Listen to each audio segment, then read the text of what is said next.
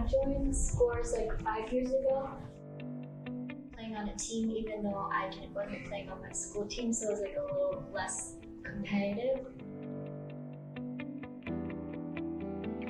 When I came to scores, I met so many different cultures and like I was accepting of like who I am because I didn't really know what I liked or like I didn't really feel like I belonged to a certain group. Then I kind of realized that I don't really have to belong to a group, I can just be myself. It felt good to not feel like I needed to like only hang out with certain groups of kids and like people accept me, like even if I'm not like, you know, the same race as them.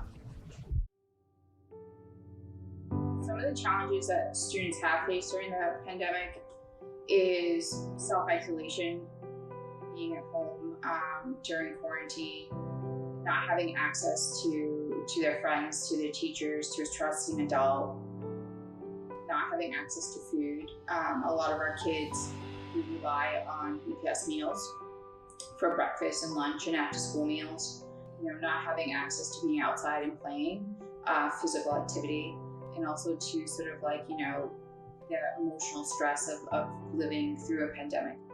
The challenges that we had to overcome, you know, for us, it was like a quick transition from having in-person programming to now switching over to virtual programming. So we quickly shifted to creating virtual content for our students and putting it online for them to have easy access to it.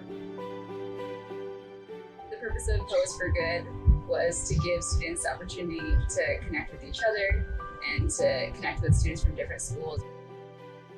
Scores decided to start this program in the wake of the pandemic.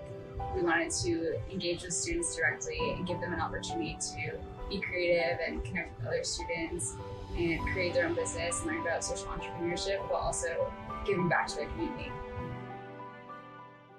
We chose the name Chapeau-Affamé because it's in French, it means the hungry hat. We wanted to kind of do something related to the charity we wanted to work with. The Greater Boston Food Bank helps serve communities in like East Boston and Chelsea. It kind of like covered all the different issues we wanted to address. Undocumented immigrants couldn't really apply for unemployment. The Greater Boston Food Bank serves undocumented immigrants.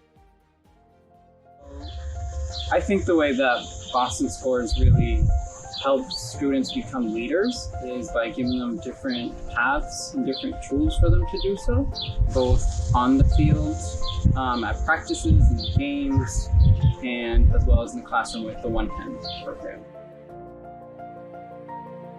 Students can learn about leadership in this program by having to take on a big responsibility of running a successful business.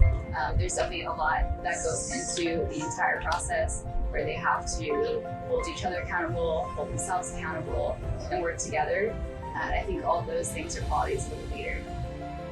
Empowering leaders today means understanding that it doesn't take like a certain type of person or like a certain gender or race to do business, and with the right resources, it's like anyone can do it.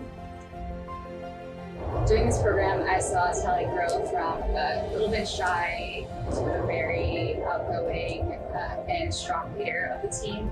At the beginning of the program, I think she was a little bit apprehensive to share who she really was, and as we worked through it and everyone got more comfortable with each other, we learned that she is an incredible artist. We got to learn a lot more about her, about what she cares about and who she is. Towards the end of the program, she ended up being the strongest leader of the team.